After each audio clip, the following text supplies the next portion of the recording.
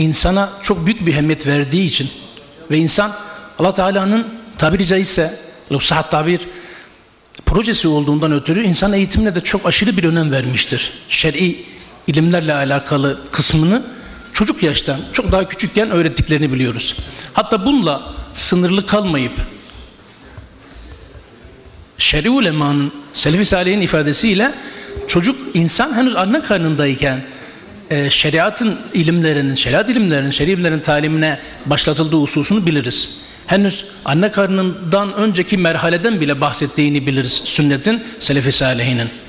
Büyük ulemanın en fazla önem verdiği husus gerek kadın gerek erkeklerle ilgili eş seçimini yapma hususudur.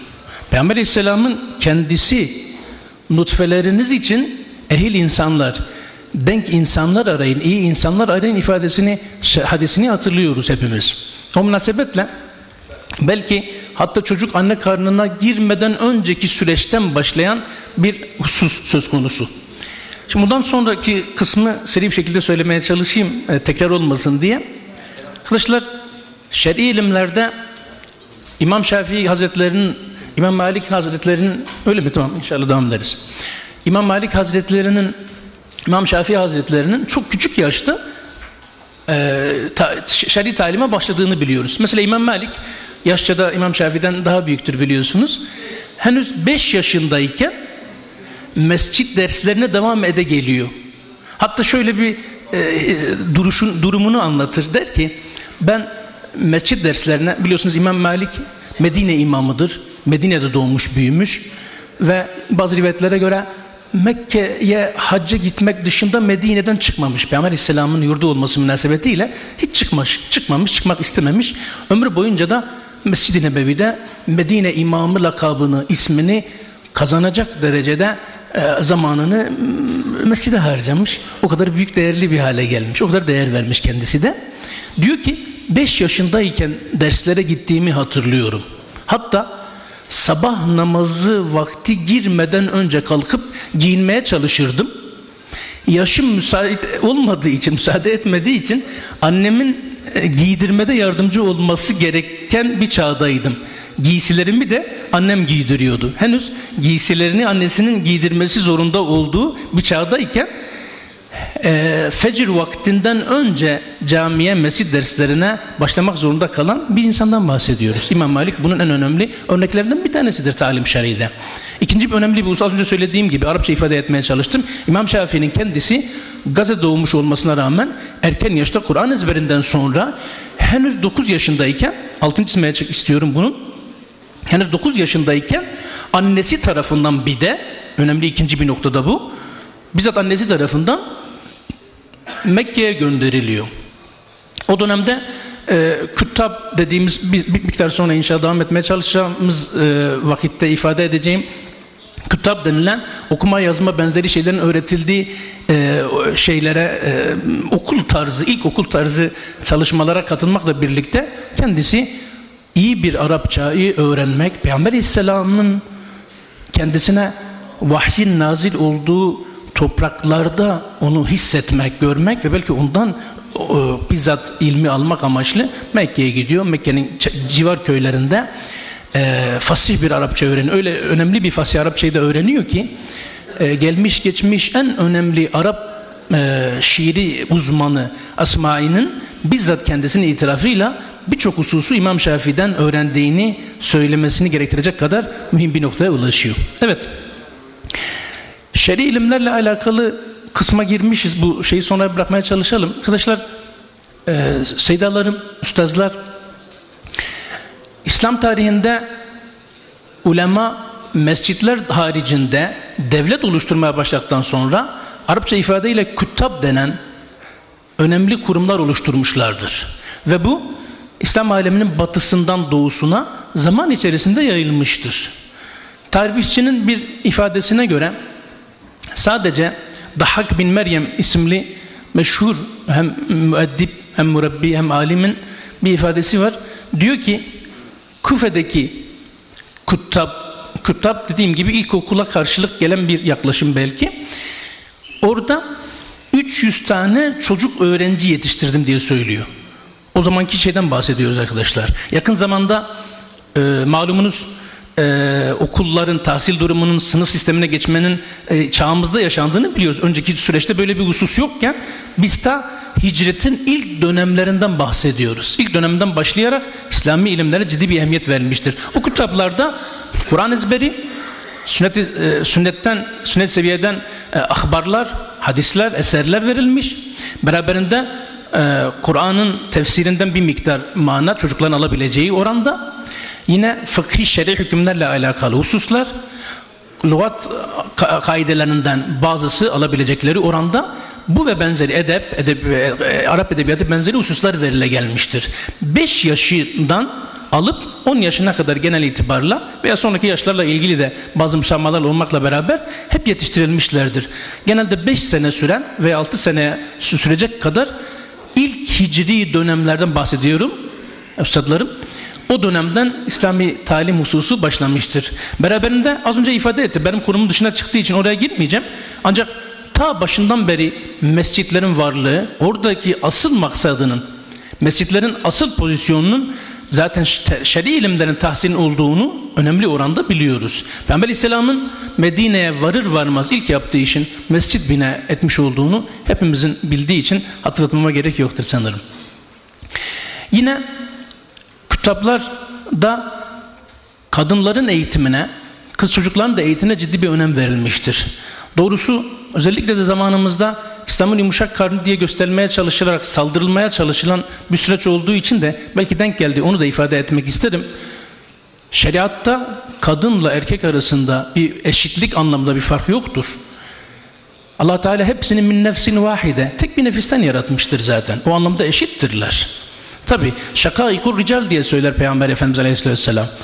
Erkeklerin kardeşleridir, kız kardeşleridir. O anlamda şer'i talim hususunda da kadınlarla ilgili epey bir önem verildiğini kendimiz biliyoruz.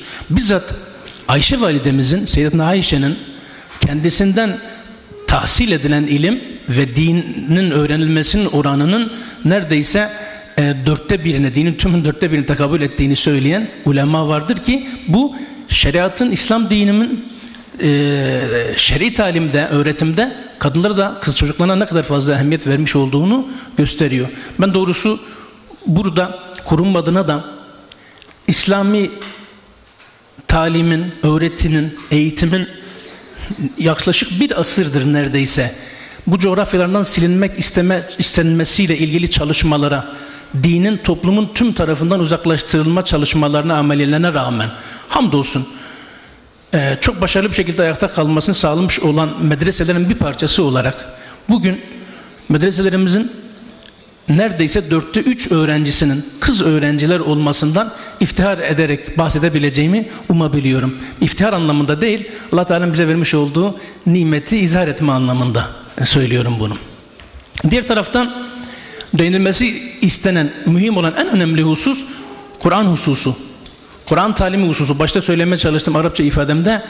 Kur'an'ın hifzi hususu çocukların erken yaştan İslami ilimlerle tanıştırılması hususunda en merkezi bir proje olarak uygulana gelmiştir. Az önce ifade ettiğim bütün ulemanın bu tür bir yöntemi tercih ettiğini görürsünüz. Hatta tarihçiler der ki mescitlerde erken yaştan namaza başlamış olan çocuklar hem Kur'an'ı öğrenirler orada hem de hifz ederler. Ya hepsini, bütününü ya da parçasını, bazı parçalarını alırlar.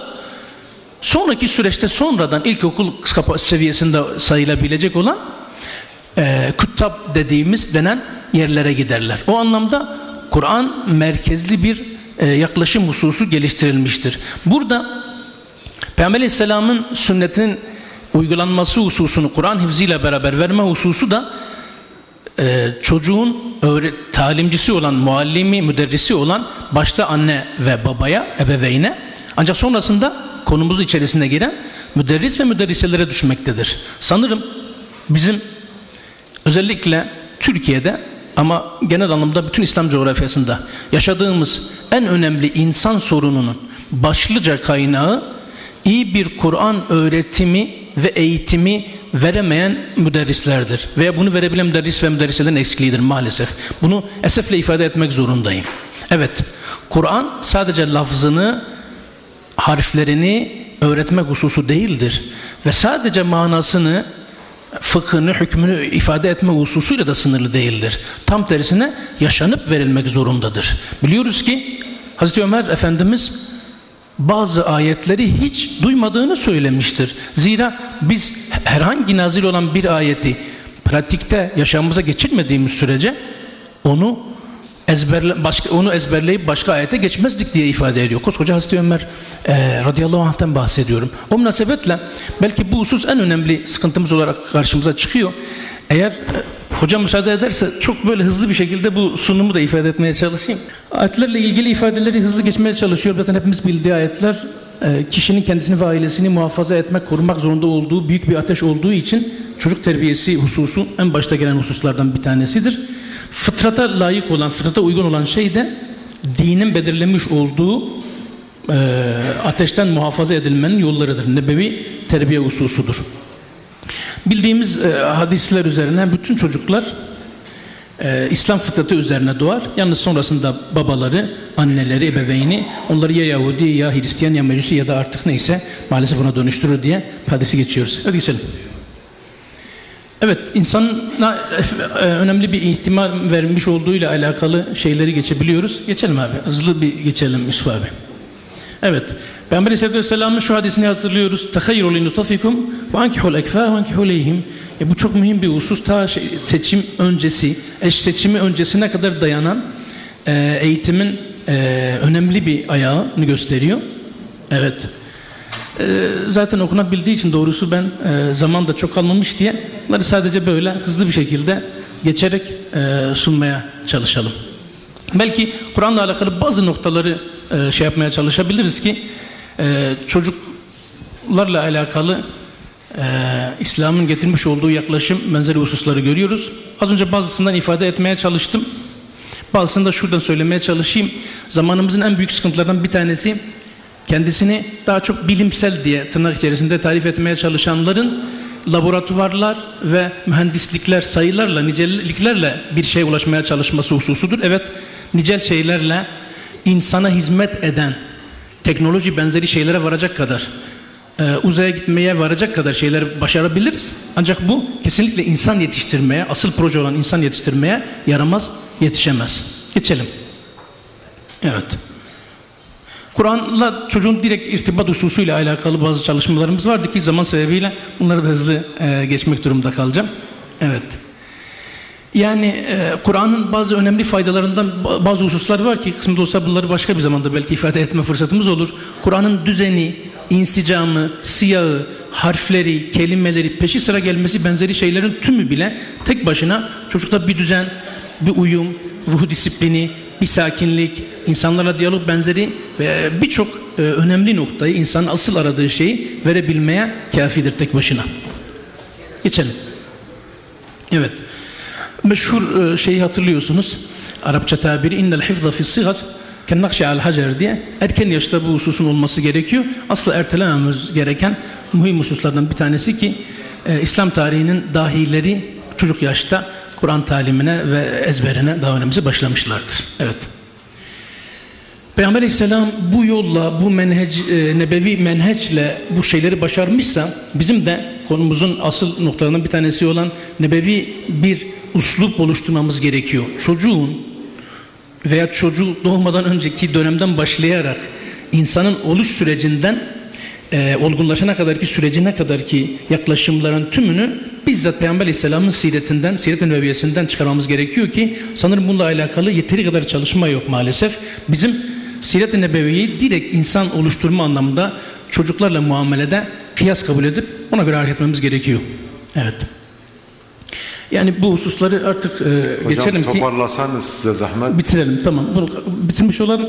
Bu şekilde şey yapmaya çalışayım. Şeyle bitireyim. Peygamber Efendimiz Aleyhisselam'ın kendisinin proje olarak getirmiş olduğu hususla beraber şu nükte ortaya çıkıyor ki arkadaşlar, bütün sıkıştırmalara, uzaklaştırmalara rağmen din Peygamber Aleyhisselam zamanından bizim zamanımıza kadar hiç sıkıntı yaşamaksızın, yani kesintiye uğramaksızın devam ede gelmiştir. Malumunuz düşmanları Peygamber Aleyhisselam'a ebter diye söylemiştir. Bizzat Ebu Cehil ve çevresi nesli kesik anlamında erkek çocuğundan devam etmeyecek diye. Erkek çocukları biliyorsunuz erken yaşta vefat ediyor çocukken henüz.